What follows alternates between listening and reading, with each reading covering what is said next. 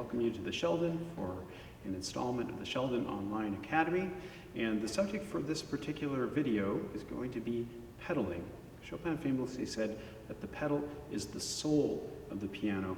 And I think for pianists, as you work your way into a life at this instrument, you begin to realize that the pedal, and by that I mean the damper pedal, the pedal which is to the right in the pedal lyre here, it really is your best friend in creating imagery, emotion, supple feelings via piano music. It makes it more than just this mechanical contraption. It's a beautiful feat of engineering, but it makes it into an instrument that can project ideas and represent other things, from the human voice to instruments to an entire orchestra at times. So the pedal becomes really a great deal of our thinking.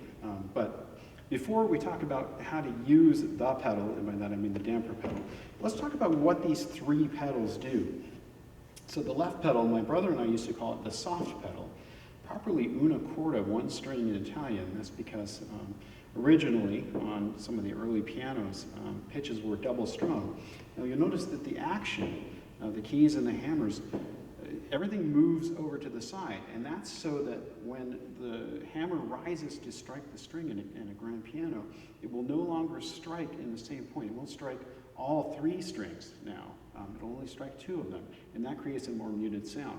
One thing to watch out for when using the soft pedal is sometimes hammers become grooved if a piano is heavily used, and sometimes those grooves can strike the strings in odd ways and create kind of a raspy, metallic, high-pitched sound. So if you're hearing that, you may want to not use the soft pedal, or partially use the soft pedal so it doesn't move the damper, pardon me, the hammer to the same position. The middle pedal is kind of a special effect, and even until the 20th century, in most countries, grand pianos did not have it. Most uprights don't have functioning sostenuto pedals. Sostenuto pedal essentially will hold, it's usually used for bass notes in a situation in which you want to play other notes in a short way, because the damper pedal, which is oddly named, you think a damper pedal would make things less resonant, but in fact, the damper pedal makes things more resonant, and that's because it activates this set of dampers on the top of the piano. And what's ironic is that when they're activated, they're not doing their job. They are not damping anything. All of these strings are vibrating. The entire piano, the soundboard, everything is vibrating. Now, as soon as I release the pedal, the dampers are doing their job, and the sound, the resonance, is dampened. Now, the damper pedal, it's very important. There are three different ways to use it. The most common is indirectly. That is to say, after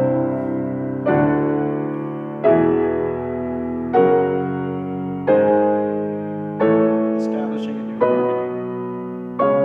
So you notice the order of operations is chord, pedal up to release the sound, to activate the dampers, and then back down to make this pitch, this set of pitches resonate,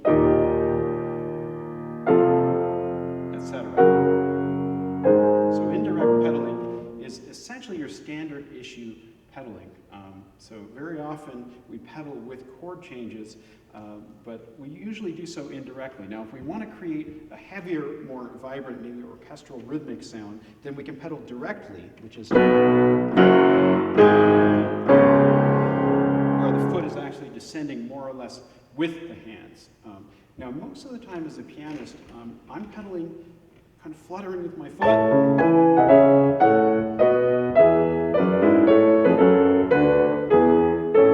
So this is a mix of traditional indirect pedaling, and then very often half or even partial pedaling and flutter pedaling. Now, finally, some people have said that Claude Debussy liked to use the sostenuto pedal. This wasn't, I think, actually true, because I don't believe he had one on his piano. So when he says two pedals at the beginning of Pagodas from a Stomp, what he means is actually the soft pedal and the damper pedal. And he doesn't really prescribe how long it is. You have to use your ear to determine what's appropriate.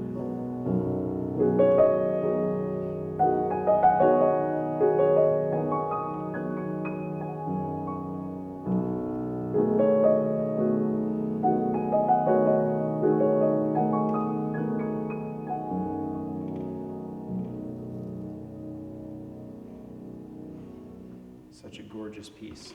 In Debussy, I find that very often the duration of the bass notes will help guide you in deciding the duration of pedaling. But it's very important, it's not your foot that pedals, it's your ear. So you have to learn the sound you want, the mix of sounds you want, how you want the harmonies to be balanced, and then how you want the harmonies to be extended in the architecture of the music. But the pedal will become your best friend as you become more flexible in using it, and particularly in exploring partial pedaling. So enjoy your work with your foot as well as with your hands at the piano.